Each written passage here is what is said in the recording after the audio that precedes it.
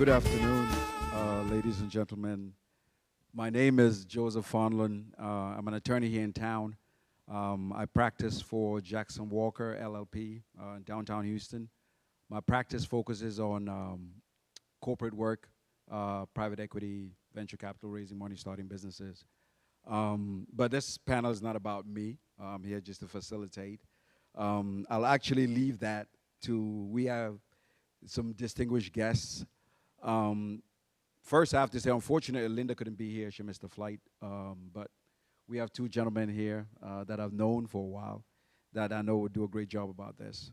The first is Mr. Joseph Fomunung, sorry. Actually, I just usually call him Senior Miche. For those that went to Sacred Heart, you understand what that means. He's a Senior Marketing Director at the World Financial Group, which is a financial services marketing company. He holds a degree in economics and history from the University of London. He also holds a master's degree in political science and economics and from University of Wisconsin. And he worked for the city of Wisconsin before returning to Cameroon, where he worked for about 20 years in different capacities. Some of them, he was a member of the local World Bank Program Education, Environmental, and Ecological Consultant for the Ministry of Environment. He was with the WF Cameroon Program Office and International Union for the Conservation of Nature. He's published a bunch of papers with international organizations.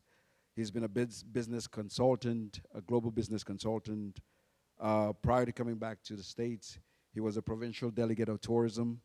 And since 2005, he's been with World Financial Group. He's a successful entrepreneur, and he's a great member of the Houston community. So please give him a welcome, please.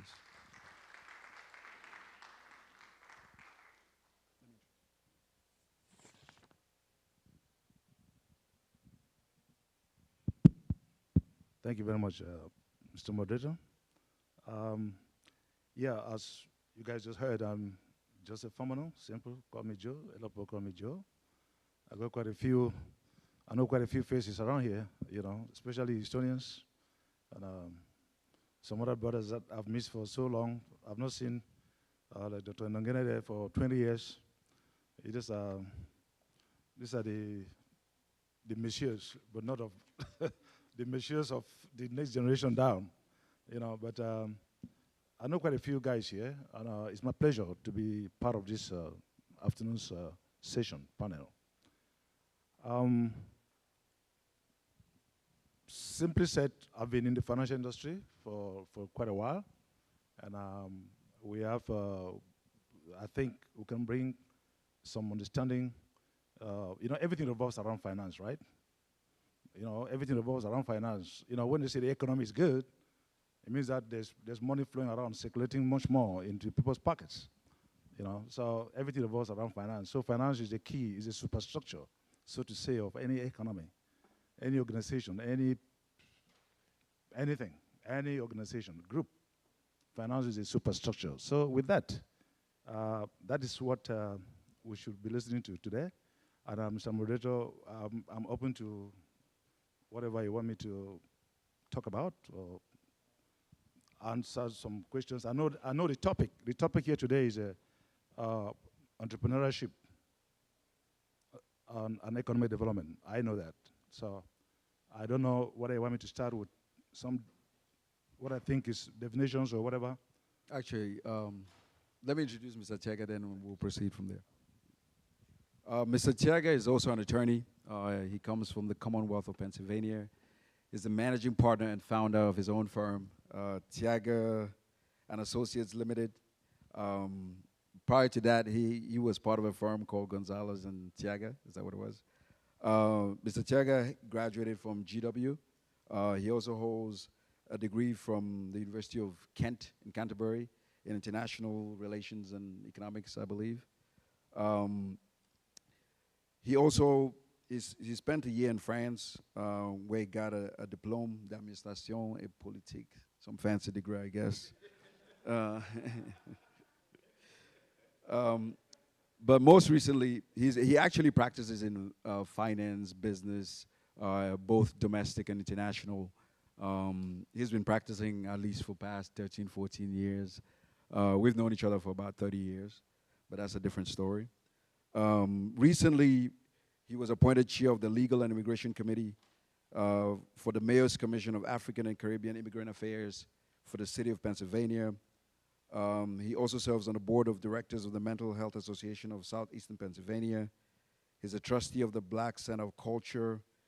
He served as treasurer for Philadelphia mayor, the current mayor, right? He served as a treasurer for his campaign. He's licensed in Pennsylvania for a number of courts as well as the state of Pennsylvania. So welcome, Mr. Tiagha.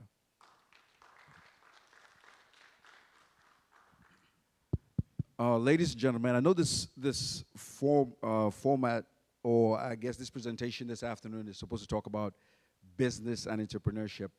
And the way I look at it, we'll kind of approach it from two different ways. We have a gentleman here who has a lot of extensive background in the financial services, and because you can't start a business without money, right? We all know that. You can't start a business without money. So we'll kind of play between how do you raise money, how do you save to start a business, what are the things that you need to do to get yourself ready to start a business, right? And then kind of deal with, if you have money, how do you start a business, right? What are the choices you need to make? What are the decisions you need to make? And Mr. Tiagha can help us with that. And then along the lines, we'll take questions from the audience as to what is it that you're interested in knowing, right, about how to start a business. More important, I think hopefully by the time you leave here today, you would have heard enough from this gentleman to either convince you to go into business or think very hard about how to go into business. But you should always go into business if you can. So with that, the first question I'll say is, I'll let both of you just give me a brief summary. I know you're both in business for yourself, so I know you probably have some war stories. What is the first kind of difficulty or surprise you faced when you started your business?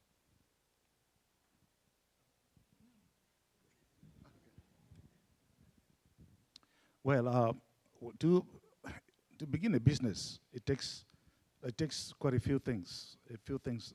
The most important of which is venture capital. If you have venture capital, then you have to start looking for equipment, location, expertise, manpower, experience.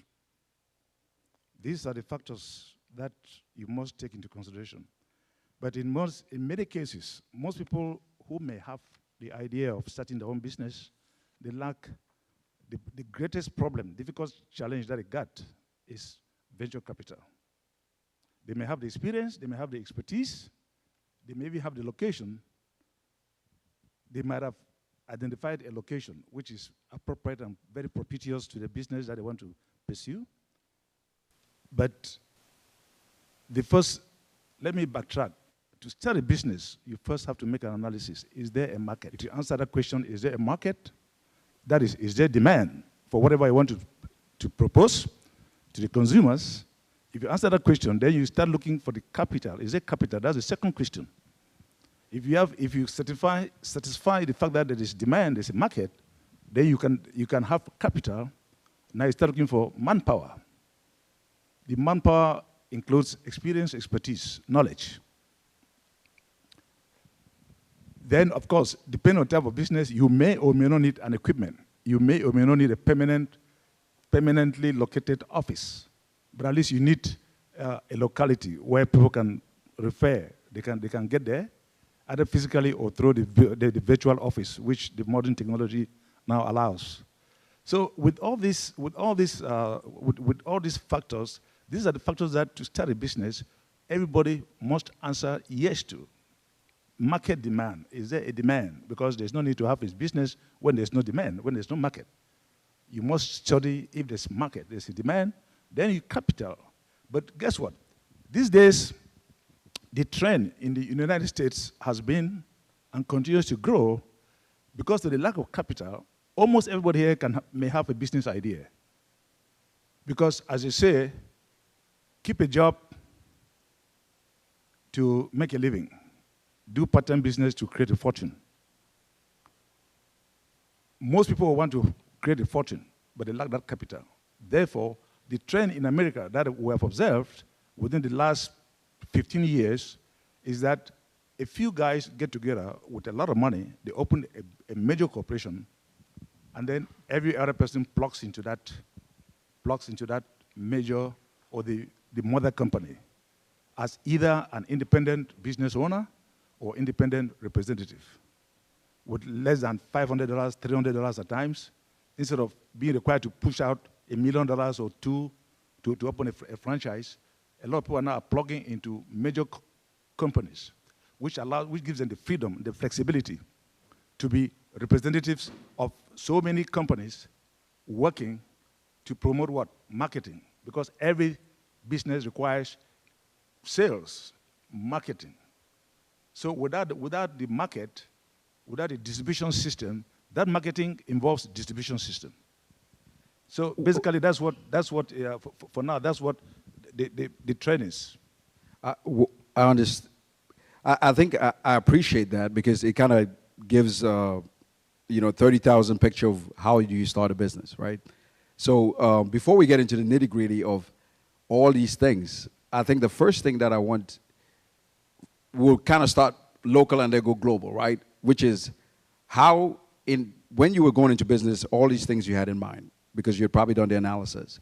What was the first thing that you thought, oh my God, I did not think was going to happen, and it did?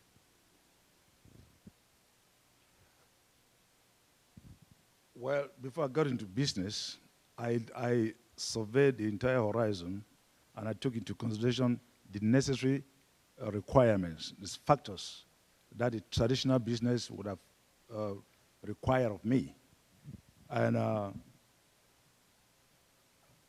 I think just because I had this prior knowledge of what was required of me, I wasn't taken by much of a surprise, so to speak.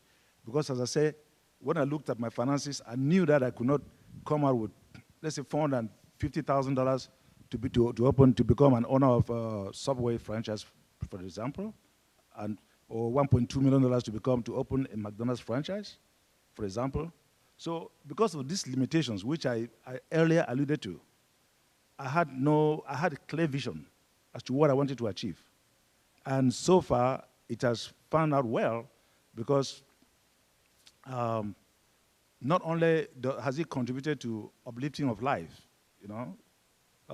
well-being and welfare, but it has impacted other people because we share the very knowledge that we get.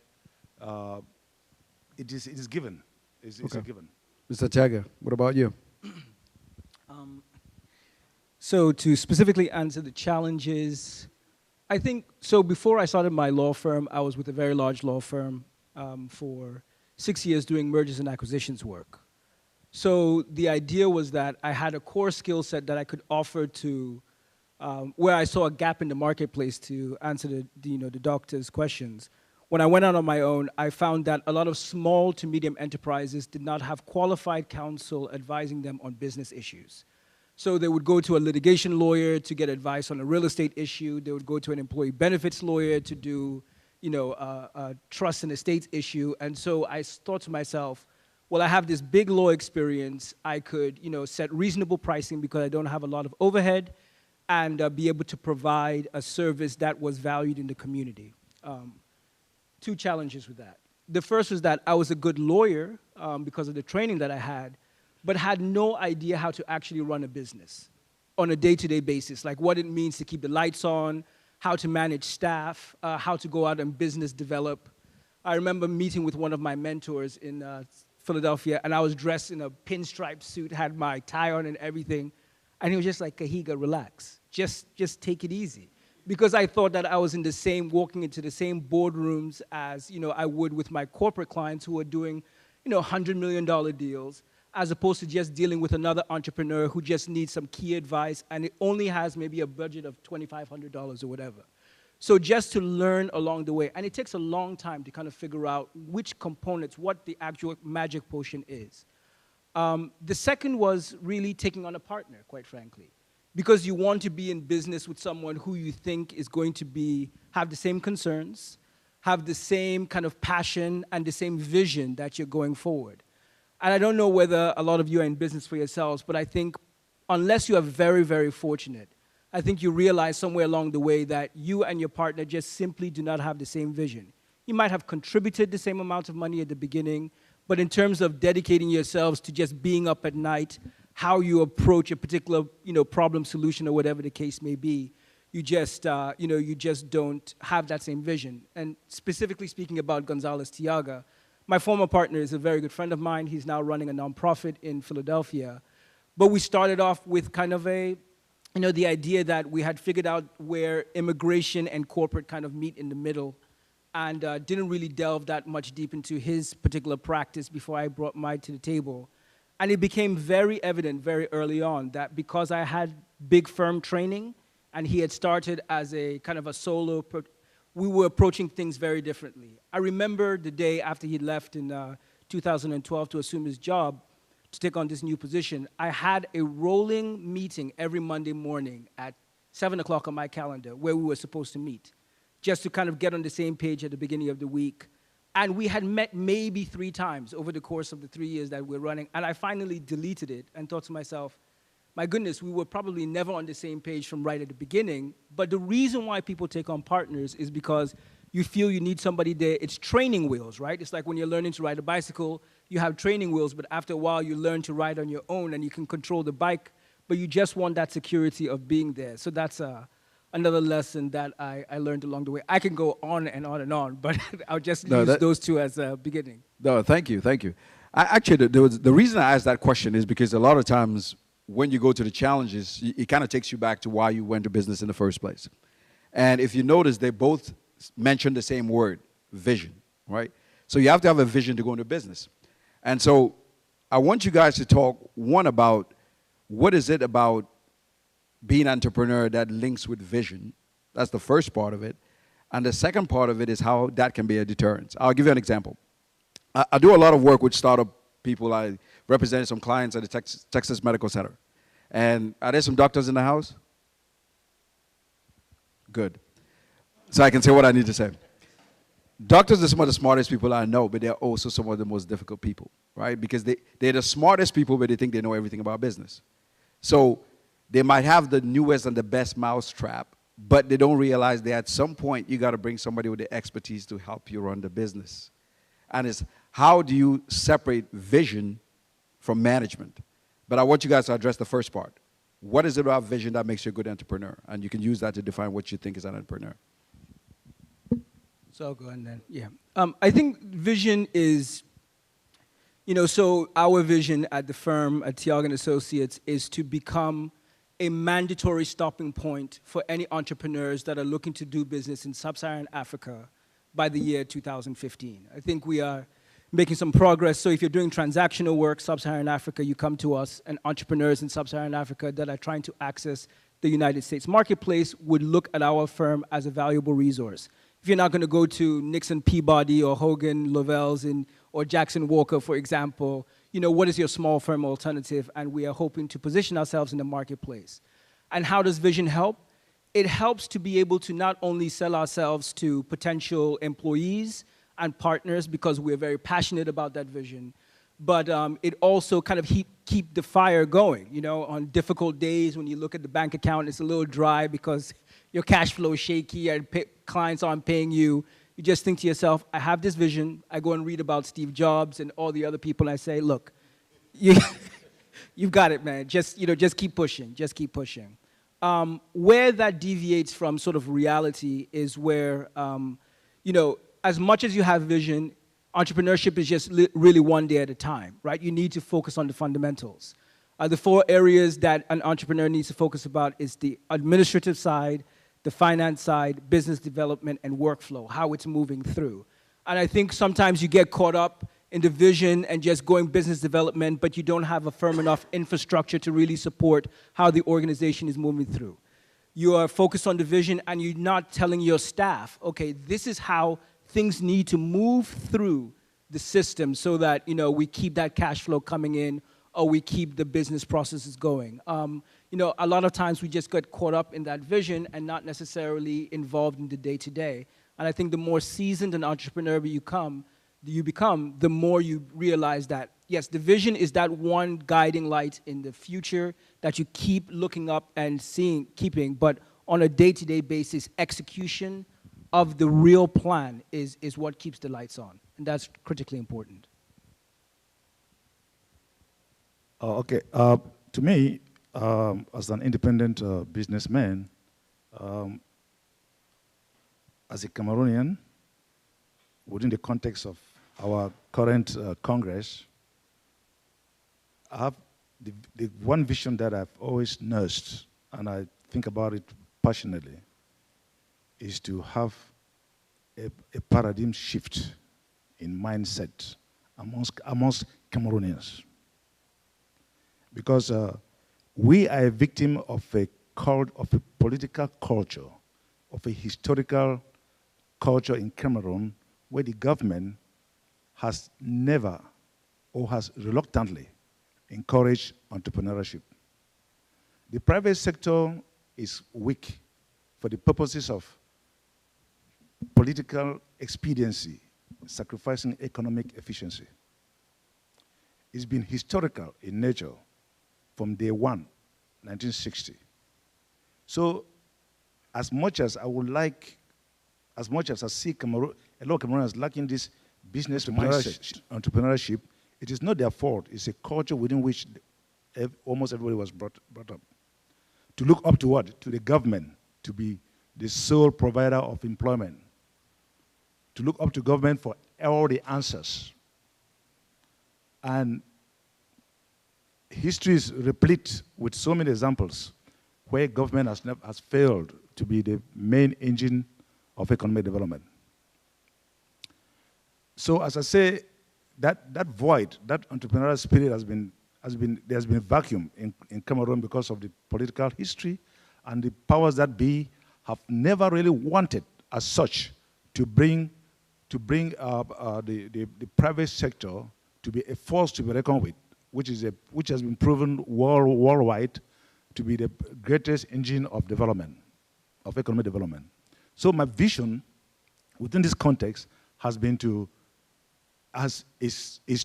bring Cameroonians to understand that, as I said earlier, I gave a quote: keep a job to make a living, do a part-time business to create a fortune.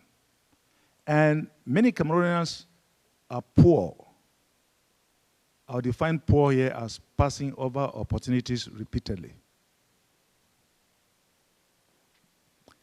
That is poor. That doesn't mean the potentials. My own vision is that Cameroonians will start shifting their mindset to get into business ventures, which, as I earlier said, would not require much capital. Because the tendency now in America, it is to plug into major corporations, make enough capital to improve your life and your children's well-being, and be able to save money because, guys, it takes savings to create venture capital. Since we're talking about improving the lives of Cameroonians back home in Cameroon, my vision is to make Cameroonians make enough money in this land of opportunity by availing themselves of the opportunities that exist here, living well and leaving a financial legacy not for their children and the next generation and their grandchildren, but having that excess capital, which I love to see someday people going with that venture capital to Cameroon where opportunities are almost boundless at this stage. It's a virgin territory. And what will it take? That's why my definition of an entrepreneur is living your life in such a way, living a few years of your life like most people won't, so you can live the rest of your life like most people can't. In other words, sacrifice a little today for longer-term well-being. That's my vision. I limit my response deliberately to the context within which we're operating. Right. And I definitely appreciate that. Well, I'll pause. Does anybody have a question? Yes, sir.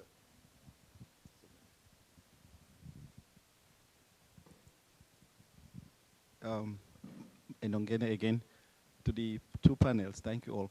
I have a question, is more technical. Using your own personal experience in starting a business, how can you factor in the positive and negative side of involving a family member like a spouse?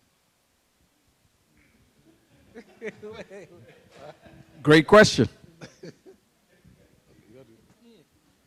I mean, I just talked about partners, right? I just talked about partnership just a second ago. So I really think this is what I advise almost all of my clients that are talking about going into partnership, whether it's with your spouse, a family member, or anyone else. You must do a test run. And a test run means having a real project that you're working on and seeing it all the way through the end. Not when things are going well, but when, just see it all the way through, because that's when you really get a flavor of how committed somebody is to the process. Whether it's your wife, whether it's another partner, whatever the case may be. Because a lot of times it's about that alignment of vision, it's a alignment of working styles. And so while someone may sell you on the idea that, yes, because they've committed to you, through marriage, they might have that, that same commitment in business, it's just certainly not the case because there are different motivations. And I think it gets tested out when you are actually working on a project. If you're not available, will they wake up at 3 o'clock in the morning and do the work that is done for the client the next day? Are they willing to put their capital in the middle if you have separate bank accounts to say that the business needs this capital injection of $5,000 and are they that committed to actually seeing it through? And there's no other way to test that than actually having a project to work on and seeing it all the way through until you cross the finish line. I think that's the best determinant in figuring out whether you go into business with anyone, including a spouse. One way, before you answer, one thing I've always said, or what I've found out with our people I've dealt with, is, which is a summary of what you're talking about, is learning to have difficult conversations, right? Like all partnership, you learn to have difficult conversations. I think that's where it starts. Because, for example, what I've realized with a lot of startup businesses is a lot of times you go to a family member and you ask for capital. You say, let me have $10,000, I'm starting this business, you'll be part owner. But you never define what part owner means till there's a problem, right? So it's learning to have the difficult conversations. You're my brother, I love you, but you have 5% for $10 or whatever it is, right? When you learn to have those difficult conversations, it allows you from the start to be able to manage those relationships. At least that's my 2 cents. But the other part of that, Joe, is that oftentimes entrepreneurs are not educated enough about business to have those conversations. But they also ignore the role of a professional service provider in guiding them. So like, for example, the entrepreneurs just by nature are so conservative and they think that lawyers and accountants and others are just trying to reach in their pockets.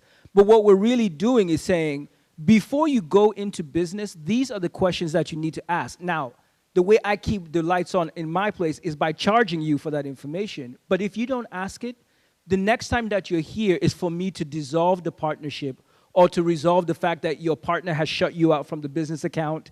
There's $30,000, that's what you need to operate, and very difficult. But sometimes entrepreneurs are not sophisticated enough, and they're not willing to invest in that professional service that can avoid a lot of problems. If I may, just about the partnership, my line of business, my line of activities, I have partners, but I don't have employees. I have partners, but I don't have employees. So I go on the principle that I would rather earn 10% of the efforts of 100 collaborators than earn 100% of my own personal effort. I would rather earn 10%. I'll earn a lot more. I'll earn a lot more and have excess capital, revenue, working with people or training people to duplicate what I do, or what I know and what I do, so that they can go out to and help themselves, and help their families, and help their loved ones. And I earn a certain percentage of all the efforts than I alone working solo. So in my line of business, there's no overhead, so to speak. There's no personnel, but they're partners. And I couldn't talk about, the colleague has answered your question about specifically having a spouse as a partner. I'm not even going to get into that because That can be tricky. And it can be risky. Not just tricky, but it can be risky. So, so that's all I have to say on that. Yeah. No, I don't want to sleep in the doghouse tonight. No. So, yeah, so. My question is about vision. I know that in politically unstable countries, a bunch of people who've actually escaped the politics of their area end up somewhere in a different continent or country and form a shadow cabinet. Because our tax laws in Cameroon are so hostile and entrepreneurship is not really encouraged, is there such a seed somewhere where we can have a shadow economic engine somewhere? Less than 2 years ago, I was in Cameroon. Can I proceed? Yes. Okay. Cameroon has been a country, as I said earlier, that was hostile to the private sector, hostile to the entrepreneur. And within the last 5 years, Cameroon has been trying to yield, open up under pressure from the international institutions, and particularly the Western world, when Cameroonian authorities saw the Chinese inroads into Cameroon's economy, which has been traditionally dominated by France, and France mostly, and to a certain extent, I mean, the West in general, but France in particular. So as the Chinese have been coming in, your question is whether there's another engine of development. I can gladly tell you that I was in Cameroon less than 2 years ago, and I went to Ministry of Commerce and Industry, I went to Ministry of Regional Development and Planning, and I took the new, what do you call it, the new laws that regulate the investment in Cameroon. I can proudly say and happily say that what I got in my possession is that, unlike before, where to open a company in Cameroon, to start a business in Cameroon, it took you more than 6 months before you got a response. The new laws, the new regulations in force, now 72 hours, you can start a business in Cameroon. And then there is, if your business is a type that you have to import equipment, so to speak, you have 2 years of tax exoneration. That's a new stuff in Cameroon that I saw less than 2 years ago. And I have the copies of those. So things are changing, as Mr. Lisbeth had earlier alluded to. Things are changing, but you know, people are impatient, which is normal because it's taking too long. It's taking too long for these changes to start happening. But that does not mean that all the bottlenecks, all the bureaucratic headaches that we know have disappeared. It's a gradual process. We would like it to happen faster than the pace at which they're happening. But at least they're happening. So that motto of development, what has caused it? What has caused the government, the officials to change? In my own thinking, my own observation, it is pure population pressure. Population pressure, and then the educational, the percentage of Cameroonians that have become much more educated, much more aware.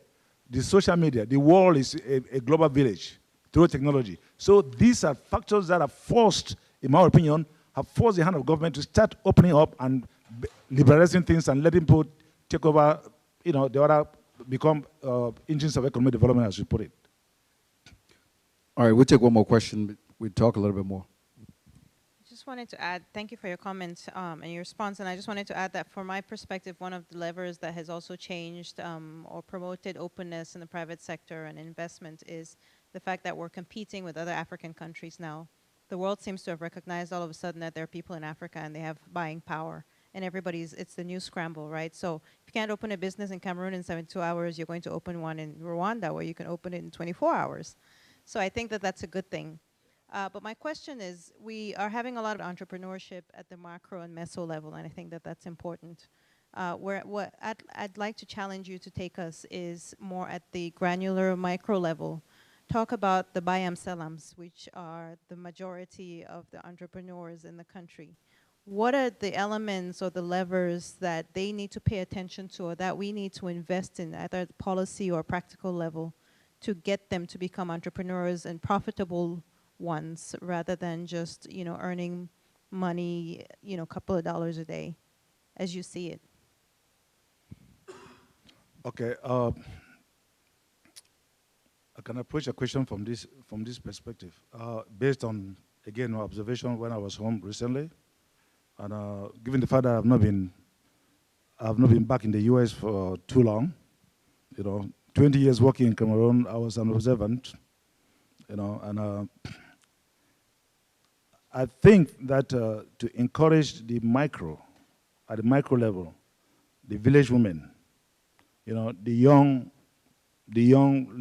people with limited capital, I think that the market is so big, especially in the produce, in the produce agricultural area.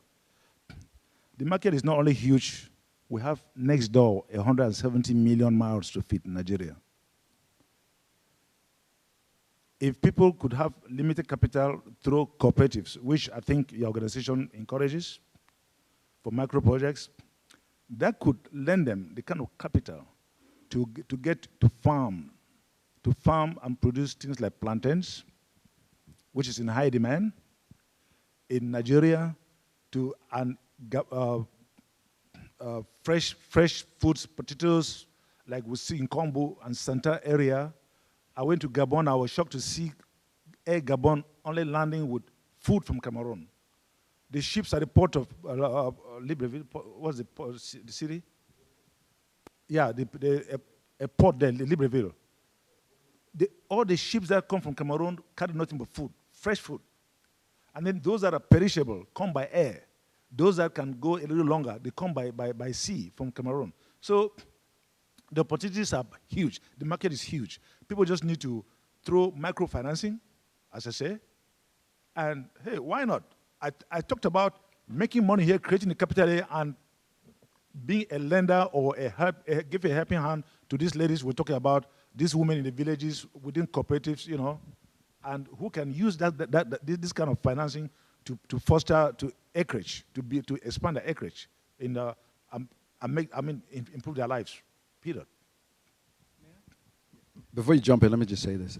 My take on it is, I think you need a partnership, right? I think you need a lot of us have enough expertise.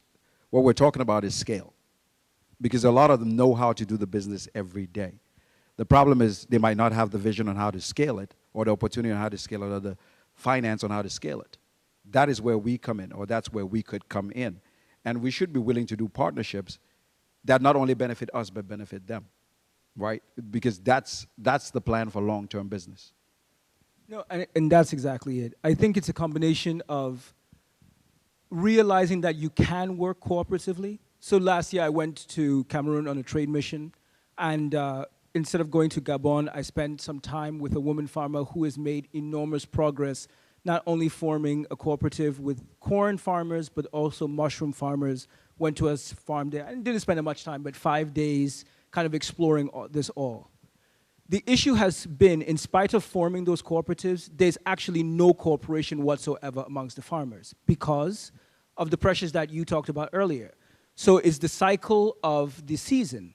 At the beginning of the season, you can sell at a certain price, but then as the season is coming down and there are no storage facilities, you have to sell at fire sale prices in order to eliminate either wastage and get some kind of return, whether it's for 60 cents on the dollar or 60 cents on the franc, in terms of your response. So in spite of needing to cooperate, I think there are market forces and just, frankly, internal dynamics that prevent it from going from a buy and sell 'em stage to being an entrepreneur or a small business and then scaling up. I think the concepts are there in terms of cooperatives. The resources are there in terms of with the collective, you have more buying power or more collateral to offer so that you can get loans and then leverage to buy a machine so that it works all of the farms together as opposed to small parcels. But I saw very practically the opportunities where we were supposed to collaborate in terms of selling corn to certain chicken farmers in Bafoussam. Literally, from the time that we galvanized the 1,200 farmers that had the corn to identifying the Bafoussam buyer, the whole deal fell apart because some other person decided that they wanted to sell quickly because I was just like, what are you talking about? We have a potential buyer because the money was supposed to be vested back into buying equipment. So I think there are the concepts, but not necessarily the trust amongst them. And I really don't think that it's any different than just being a micro business here in the United States. It's how collaboratively can you work with your peers to be able to scale up to get access. So I think that's just the reality of it all. Okay, my name is Innocent. Thank you for giving me the talk. I would like to add something to what he said. I read a book like 1 year from now, and the author, Dr. Fokam, described the process he's actually doing to actually improve people's lives into remote areas. It works through microfinances, but it also works through financing not in cash, not in money. Like they use cooperatives, and then cooperative lend money to microfinance, not actually money, but materials. Like it might be, how do you say, like engrais or things to actually transform you to farm, and then you can sell it back. And they set processes to help you sell it back. That's something which can be done like those type of platforms. Also, I think something is very important too is to capacity building again, because for women specifically, it is very difficult for a woman to see a child not eating. And if she has a business, she's likely to go into the money's business, get some money. So it is very important to give some education to those women and say, okay, like you have your money and then the business is something different. And that way maybe things can move forward. So my question was at a very practical level, when you have a vision as an entrepreneur, how do you actually sell it to your partners or to your employee? How do you build commitment towards this vision? In my practical experience, it is it's the execution of, again, it kind of dovetails with what I was telling the other gentleman about going into partnership with your spouse or anyone else. People, somebody said it earlier today, the only thing that people really respond to is success, right? So you can have as much vision as possible, but if they don't see either incremental or exponential success from that plan, it is just words. It's nothing more. Now, I mean, I think the vision has to be, it has to appear viable. It has to be supported by incremental growth. And I think you also have to be flexible enough with your vision to know that you're adjusting along the way. So where you see there are holes in the vision, you kind of supplement along the way.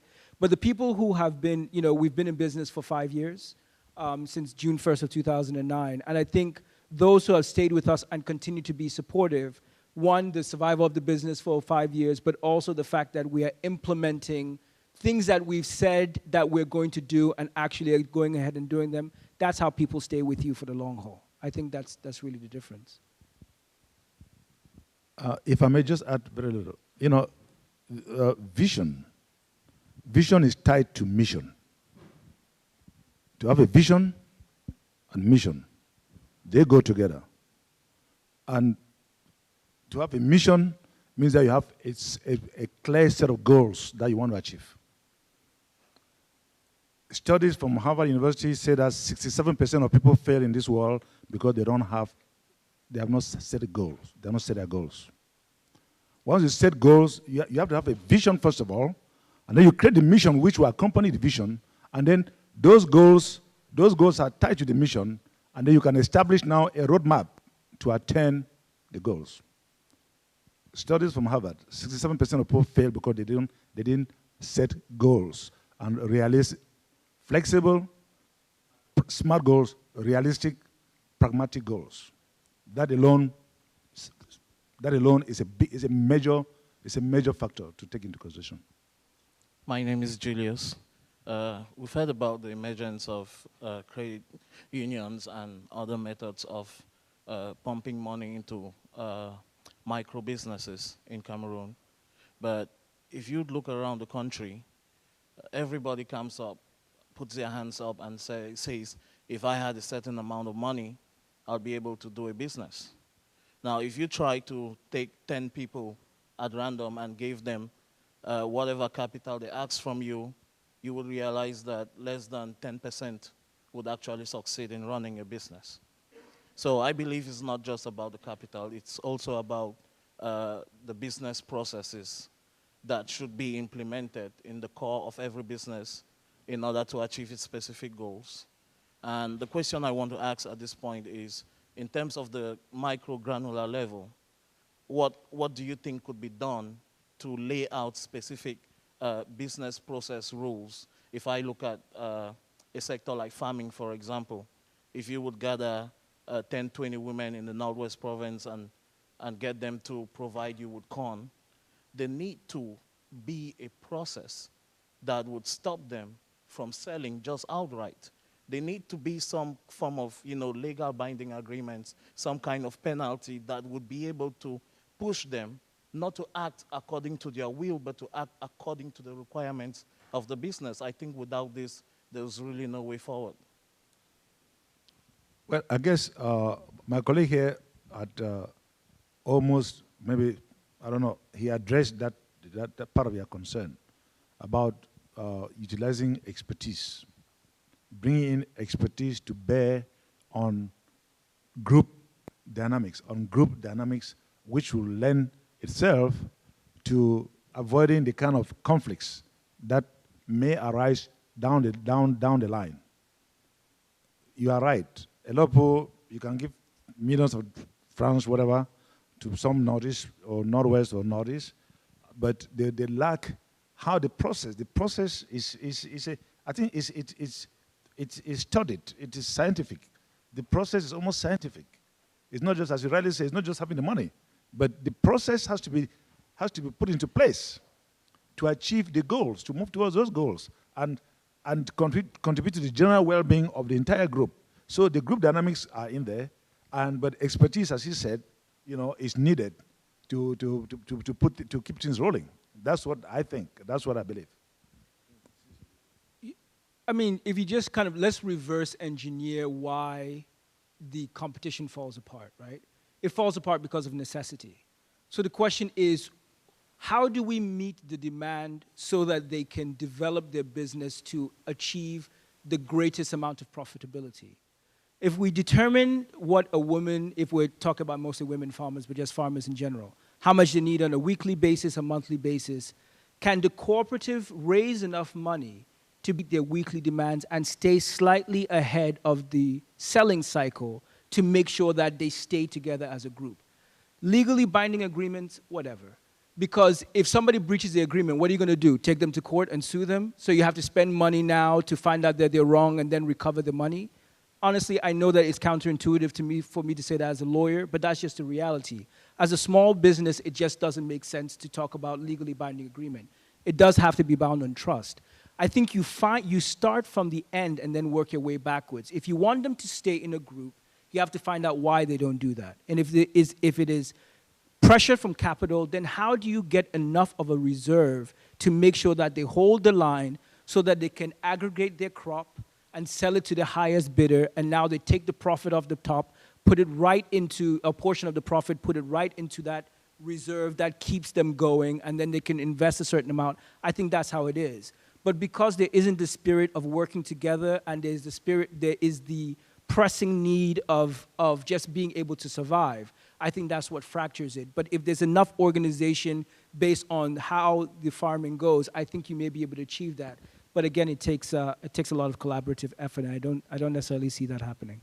Unfortunately, we're almost running out of time, so we'll take one last question, then I'll have them have their parting words, and we can continue the discussion after time, but at this point, we only have 2 minutes, so I'll take one last question. Thank you, Mr. Moderator.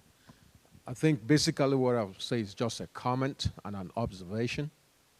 When we talk about this cooperative and empowering the women, that has been done, and it can be done on a grander style.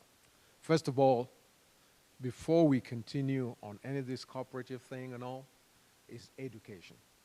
You got to educate them to see the benefits of coming together. Put other things aside, but see what they can get from it. And secondly, the process.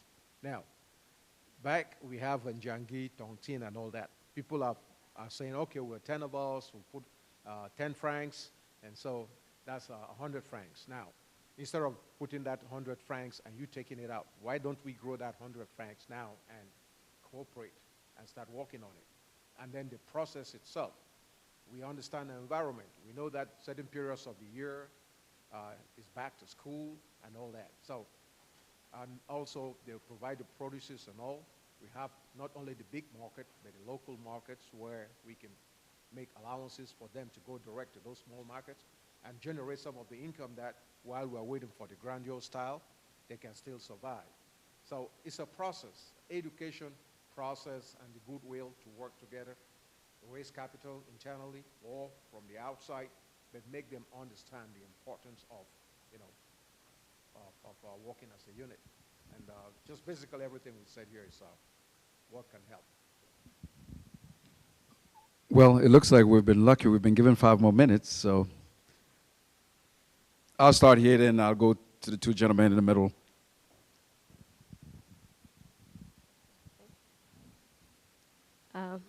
My name is Jethro Nkenglefak. As you can see, Reverend Sister.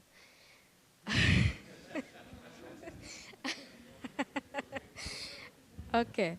We happen to work in the real suburbs of the country where we deal with the youthful population that I could call somehow frustrated with a lot of things in Cameroon. And sometimes we are challenged with having to encourage them to look at life in a very positive way. And of course, capital is very important to be an entrepreneur. The question they will likely ask us is, how much is enough capital? How much is enough capital to begin a business? I know it varies with what you have to do and what is the choice of business, but for a gentleman in a village who has managed to have A-levels, how much would be enough capital for him to begin a micro business? You know, sister, the reality is that here in the United States and all over the world, over 90% of businesses that start fail, right? And the real lie that is being told to entrepreneurs is that it's the Fortune 500 companies that get all the press, then it's the Facebooks and the Twitters that get the press. But what they don't really talk about, and this is just in the American context and I'll go, but what they don't really talk about is the other part of it is that 96% of businesses are small businesses that are under $1 million in change, and those are the ones that actually do all the employment in this country. And so there is this concept that you're going to come out the gates, you're going to become Facebook, you're going to get $500 million customers and figure out and be on the stock exchange in 10 years, which is just not the case. The reality of business is you need enough business to make it to the next month, and then hopefully you get good enough at business so that you have savings where you can survive for 3 months and we're keeping all the lights on. And then at some point you figure out either you get a client of some kind that can pay you a premium, or you get a government contract where you can begin to get enough room, and then from there you scale up the growth. I'm in a class right now, I'm in a streetwise MBA class, which is just a practical MBA class. And it's for businesses that earn $400,000 to $4 million in revenue every year. And each one of the CEOs have exactly the same issues. It's cash flow, it's managing employees, it's supply, it's how to collect your money. You've done work. You know, we have often sometimes up to $100,000 on the street that we've done work. It's not like I wake up in the morning and tell people, I'm going to do work for you randomly. People ask me to do work, I do it, and then when it comes time to pay, they're like, well, like really? No, seriously, that's on a very real basis. So in terms of micro, I think it is really, you tell the A-level students, what do you want to do? Figure out how to go maybe 1 or 2 months and figure out what the capital needs are to get to 2 months, and make sure that you can get enough money to go to the next month and the next month until you get running better in business. If somebody is going to suggest that they're going to become this macro business over time, I think is really an unrealistic way of looking at it, because most of us, I mean, now I'm 5 years in. I have a staff, so I know accurately predict we have to bring in $30,000 a month to keep the lights on and every month we do that and a little bit more so that we go into the next month and do a little bit more. And at the end of the year, as the owner of the company, Hopefully there's enough in the bucket for me to take a little bit off the top and we do it all again the next year. We're diversifying our client bases, going from representing companies. We're going now for government contracts. Hopefully that gets an inflection point where we get $1 million contract or a $2 million contract. But from 2009, when we opened the doors, to today, it's been I had no idea what I was doing, none whatsoever. I was just running around, just hair with lights on, and it was $10,000 a month at that time. Now it's $30,000 just by slowly working on it and becoming better. So there's no magic to it. Don't let people sell you on some kind of fantasy that, unless they have somebody who's going to give them $1 million or at the beginning and say, play with this money, just a little bit of money, make sure that your business plan is simple, and just try to survive until the next month, on, and then we go from there. That's my honest, real-world talk about what business really is about. Okay, we have about a minute left, so if you want to address it real quick, or unless we want to go to the last question. You want to go last question, or you want to address it? Last question. Okay, thank you very much, Mr. Moderator. We're talking about small businesses. First of all, my name is Brice, I saw you. I was 17 this morning. So we talk about small businesses. So what you can see in Cameroon, where I live, our economy is running by almost 60% of those small businesses, what they call PME. So somebody don't mention here the training. Most of those guys are trained. Somebody mentioned expertise. This may be a question mark, correct. Somebody mentioned capital. Even the government has set up a plan to finance those small companies. There's a bank that's going to be opened that called Banque de PME. So there probably be a procedure to be able, to have a loan on that bank and run your business. So in this sense, there's no problem. Somebody don't mention facility or how fast you could be able to open a business officially in Cameroon between 48 to 72 hours, let's say maximum 1 week. So all this process is ongoing. But why are we not kicking off? That's the real question. Somebody mentioned the capital. You can have a capital, but not expertise to run the business. I totally agree. So let comes to the fact that you have all the perspective, all the experience, all the money, and how we got to do with your business? You're supposed to, to fly up, right? So what is thing that is stopping you of flying up? So from my own point of view, all these are not enough. We need, after all this, the facilities. And then the facility here is road construction to deliver, and then somebody mentioned it this morning, industry that can actually transform what we are producing locally, home, and then somebody mentioned this this morning. So if you go around this country where I've been so far, I live in Angola, where they say emerging country, the country from everywhere is actually emerging. The country is coming out from the ground, from everywhere in the country. It's not coming out from the center and spraying out in the corner. No, the country is growing. If you go to Gabon talking about agriculture, Congo, these guys are already halfway in mechanization of the agriculture, even in Chad. But what about us? So we talk about mechanization of the agriculture, they're building the road, they're putting in place, they're bringing some partner from outside to, to be ready to transform what they are producing.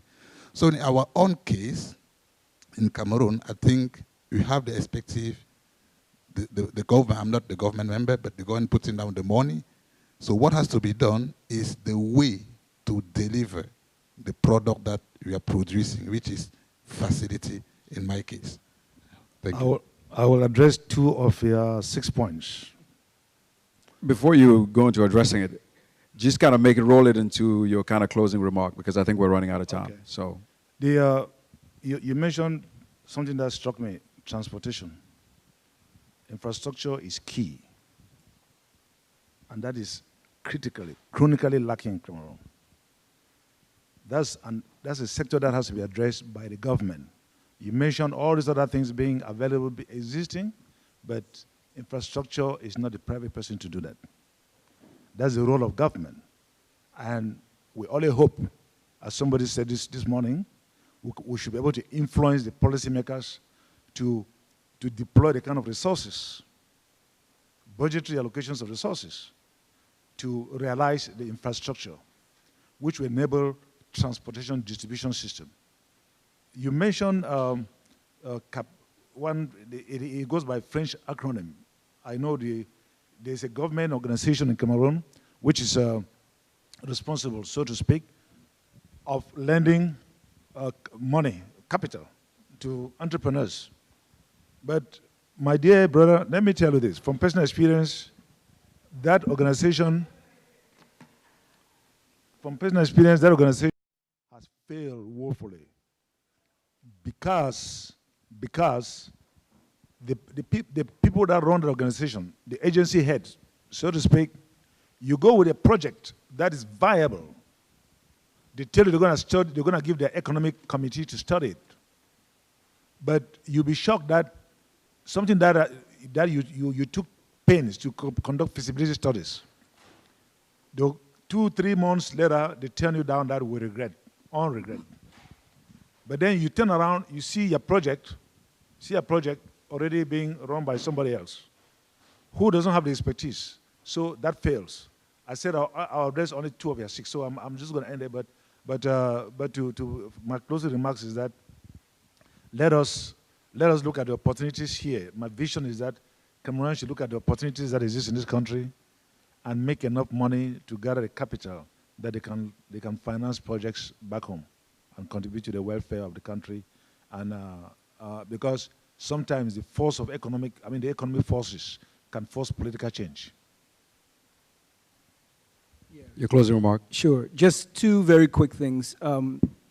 So if you're in corporate America right now, you're making your 6 figures a year, you're very comfortable or whatever the case may be. As someone who was there and went on and started a business, I give the analogy of starting your own business as the following. I say it's like you're riding around a 7 Series BMW along the highway. You're just cruising along. And then you decide to jump out of the car, right, on your own, roll out on the highway, start building your own car, figuring out where to get fuel from, and then building a car fast enough to go and catch up with that 740 series. That's what it's like. Because you just really don't know everything that goes into it, and you have to figure that out. The second analogy I say is when you're building your company, you can do 1 or 2 ways. You can build the plane on the ground, make sure that you fully test it, and make sure that it's actually going to fly, or you just begin to fly and you build the plane around you as you're going along, hoping that you're going to last enough. Either way, you're giving up something. You're either giving up the head start or you're giving up the risk that you might be making a significant amount of progress, but something fatal is going to happen along the way, and hopefully that you can survive. The one thing about business is you're going to make mistakes. Just make sure that you don't make a mistake fatal enough to take you out of business. Otherwise, just live to fight another day. That's what I would say. Thank you. Thank you all. But before we close, let me close with this. My take on all of this, which kind of bridges what you've been talking about, is I think a lot of us forget where the source is, right? A lot of us, Cameroonians are very smart people. I've met a bunch of people and they say Cameroonians are smart. The one thing we don't leverage is our network. We talk about expertise, we talk about going to networking events and building relationships and influencing people in Cameroon. But look around the room, I guarantee you there's enough expertise in this room to build a nation. The question is, are we taking advantage of it? And so I've heard a lot of problems, I've heard a lot of solutions, but I'll leave you with this. Reach out to every person that's in here. Stay in touch with at least 1 or 2 people, and I guarantee you they'll make a difference. I just found out some information about business in Cameroon. I had no idea. There's enough information out there, and information makes the difference. Very simple. Leaders think about the solutions. Followers think and talk about problems. Be leaders. I know you are. That's why you're here. Thank you, and enjoy the rest of your day.